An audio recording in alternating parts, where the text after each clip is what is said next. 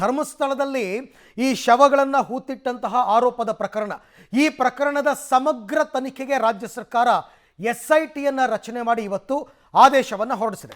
ಈ ಬಗ್ಗೆ ರಾಜ್ಯ ಮಹಿಳಾ ಆಯೋಗ ಕೂಡ ಸರ್ಕಾರಕ್ಕೆ ಪತ್ರವನ್ನು ಬರೆದಿತ್ತು. ಇಲ್ಲಿ ಸಮಗ್ರವಾದಂತಹ ತನಿಖೆ ಆಗಬೇಕು ಅಂತ. ಧರ್ಮಸ್ಥಳದಲ್ಲಿ ಶವಗಳ ಹೂತಿಟ್ಟ ಪ್ರಕರಣಕ್ಕೆ ಈಗೊಂದು ಟ್ವಿಸ್ಟ್ ಸಿಕ್ಕಿದೆ.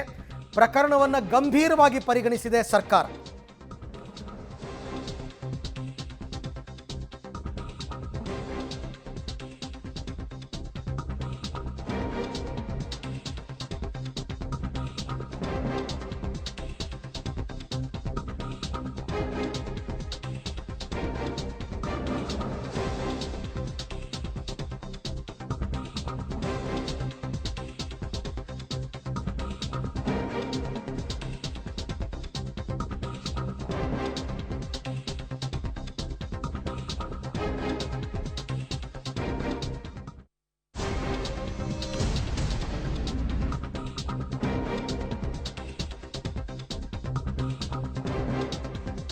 ಧರ್ಮಸ್ಥಳದಲ್ಲಿ ಶವಗಳನ್ನು ಹೂತಿಟ್ಟ ಪ್ರಕರಣಕ್ಕೊಂದು ಮೇಜರ್ ಟ್ವಿಸ್ಟ್. ಪ್ರಕರಣವನ್ನು ಗಂಭೀರವಾಗಿ ಪರಿಗಣಿಸಿದೆ ಸರ್ಕಾರ. ಪ್ರಕರಣದ ತನಿಖೆಗೆ SIT ರಚನೆಯನ್ನು ಮಾಡಿ ಆದೇಶವನ್ನು ಹೊರಡಿಸಲಾಗಿದೆ. ಹಿರಿಯ ಪೊಲೀಸ್ ಅಧಿಕಾರಿ IPS ಅಧಿಕಾರಿ ಪ್ರಣವ್ ಮೊಹಂತಿ ನೇತೃತ್ವದಲ್ಲಿ ತನಿಖೆ ನಡೆಯುತ್ತೆ. ತನಿಖೆ ನಡೆಸಿ ಶೀಘ್ರದಲ್ಲೇ ವರದಿಯನ್ನು ನೀಡುವಂತೆ ಸೂಚನೆಯನ್ನು ಕೊಡಲಾಗಿದೆ. SIT ತಂಡದಲ್ಲಿ ಪ್ರಣವ್ ಮೊಹಂತಿ ಜೊತೆಗೆ 3 IPS ಅಧಿಕಾರಿಗಳನ್ನು ಕೂಡ ಸದಸ್ಯರನ್ನಾಗಿ ನೇಮಿಸಲಾಗಿದೆ. SIT ತಂಡದಲ್ಲಿ ಅನುಚೇತ್, ಸೌಮ್ಯಲತಾ ಮತ್ತು ಜಿತೇಂದ್ರ ಕುಮಾರ್ 4 ಜನ ಒಳಗೊಂಡಂತಹ SIT ರಚನೆಯಾಗಿದೆ. ತನಿಖಾ ಹಂತದಲ್ಲಿ ಹಂತದ ವರದಿಯನ್ನು DG and IGPಗೆ ಮಾಹಿತಿಯನ್ನು ಕೊಡಬೇಕು ಅಂತಕ್ಕಂಥದ್ದನ್ನು ಕೂಡ ಈಗಾಗಲೇ ಆದೇಶದಲ್ಲಿ ಉಲ್ಲೇಖಿಸಲಾಗಿದೆ. Doctor Pranav Mohanty IPS police ಮಹಾನಿರ್ದೇಶಕರು, ಆಂತರಿಕ ಭದ್ರತಾ ವಿಭಾಗ, ಶ್ರೀ MN ಅನುಚೇತ್ ಉಪ ಪೊಲೀಸ್ ಮಹಾನಿರೀಕ್ಷಕರು, ಶ್ರೀಮತಿ ಸೌಮ್ಯಲತಾ ಉಪ ಪೊಲೀಸ್ ಆಯುಕ್ತರು ಮತ್ತು ಜಿತೇಂದ್ರ ಕುಮಾರ್ ದಯಾಮ ಇವರು ಪೊಲೀಸ್ ಅಧೀಕ್ಷಕರು. ಈ 4 ಜನರನ್ನು ಒಳಗೊಂಡಂತಹ ಒಂದು ಸ್ಪೆಷಲ್ ಇನ್ವೆಸ್ಟಿಗೇಷನ್ ಟೀಮನ್ನು ಸರ್ಕಾರ ಈಗ ರಚನೆ ಮಾಡಿ ಆದೇಶವನ್ನು ಹೊರಡಿಸಲಾಗಿದೆ. ಜೊತೆಗೆ ಅವ್ರು ಹೇಳ್ತಾರೆ,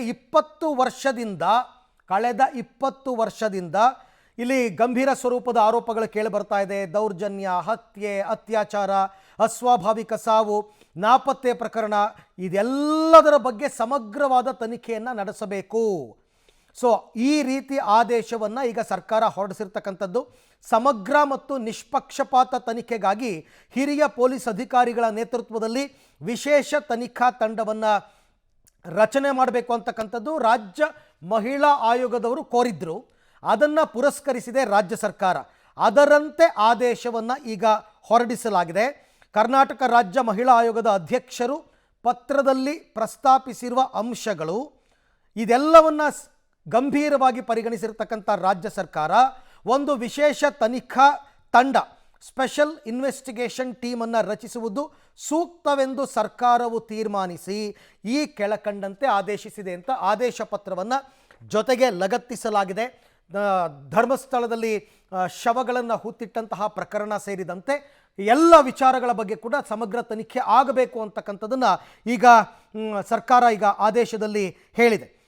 ಈ ಎಲ್ಲ ಪ್ರಕರಣವೂ ಸೇರಿದಂತೆ ಕರ್ನಾಟಕ ರಾಜ್ಯದ ಬೇರೆ ಬೇರೆ ಪೊಲೀಸ್ ಸ್ಟೇಷನ್ಗಳಲ್ಲಿ ದಾಖಲಾಗಿರುವ ಕ್ರಿಮಿನಲ್ ಪ್ರಕರಣಗಳ ತನಿಖೆಯನ್ನು ಕೂಡ ನಡೆಸಬೇಕು ಅಂತಕ್ಕಂಥದ್ದನ್ನು SITಗೆ ಈಗಾಗಲೇ ಆದೇಶವನ್ನು ಕೊಡಲಾಗಿದೆ. ವಿಶೇಷ ತನಿಖಾ ತಂಡ ತನಿಖೆಗೆ ಸಂಬಂಧಪಟ್ಟ ತನಿಖಾ ಪ್ರಗತಿಯನ್ನು DG ಮತ್ತು IGPರವರಿಗೆ ಆಗಾಗ್ಗೆ ವರದಿ ಮಾಡಬೇಕು ಅಂತಕ್ಕಂಥದ್ದನ್ನು ಕೂಡ ಈಗ ಆದೇಶದಲ್ಲಿ ಉಲ್ಲೇಖಿಸಲಾಗಿದೆ. ವಿಶೇಷ ತನಿಖಾ ತಂಡ ಮೇಲ್ಕಂಡಂತೆ ದಾಖಲಾಗಿರುವ ಪ್ರಕರಣ ಮತ್ತು ಇದರ ಸಂಬಂಧ ರಾಜ್ಯದ ಇತರೆ ಪೊಲೀಸ್ ಸ್ಟೇಷನ್ಗಳಲ್ಲಿ ದಾಖಲಾಗುವ ಪ್ರಕರಣಕ್ಕೆ ಸಮಗ್ರ ತನಿಖೆಯನ್ನು ಮಾಡಬೇಕು ಅಂತ ಒಟ್ಟಾರೆ ಸಾರಾಂಶವನ್ನು ನಾನು ಹೇಳ್ತಾ ಇರ್ತೀನಿ. ಕರ್ನಾಟಕ ಸರ್ಕಾರದ ನಡಾವಳಿಗಳು, ಆದೇಶ ಪತ್ರ, ಈ ಆದೇಶದಲ್ಲಿ ಈ ರೀತಿಯನ್ನು ಉಲ್ಲೇಖಿಸಲಾಗಿದೆ. ಧರ್ಮಸ್ಥಳದಲ್ಲಿ ಶವಗಳನ್ನು ಹೂತಿಟ್ಟಂತಹ ಪ್ರಕರಣದ ಜೊತೆಗೆ ಬೇರೆ ಬೇರೆ ಏನೆಲ್ಲ ಆರೋಪಗಳು ಕಳೆದ 20 ವರ್ಷಗಳಿಂದ ಕೇಳಿ ಬಂದಿವೆ, ಎಲ್ಲದರ ಸಮಗ್ರ ತನಿಖೆ ಆಗಬೇಕು ಅಂತ SITಯನ್ನು ರಚನೆ ಮಾಡಲಾಗಿದೆ. ಮೊನ್ನೆ ಅಷ್ಟೇ ಮುಖ್ಯಮಂತ್ರಿ ಸಿದ್ದರಾಮಯ್ಯನವರು ಅದರ ಅಗತ್ಯ ಇಲ್ಲ ಅಂತ ಹೇಳಿದ್ರು.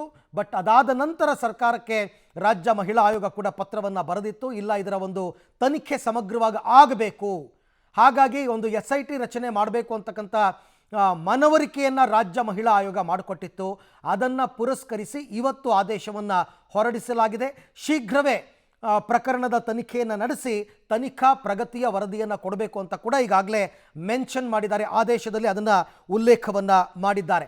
ಅಲ್ಲಿಗೆ ಈಗ 4 ಜನ IPS ಅಧಿಕಾರಿಗಳನ್ನು ಒಳಗೊಂಡಂತಹ ತನಿಖಾ ತಂಡ ಈ ಪ್ರಕರಣದ ಸಮಗ್ರ ತನಿಖೆಗೆ ಮುಂದಾಗಲಿದೆ.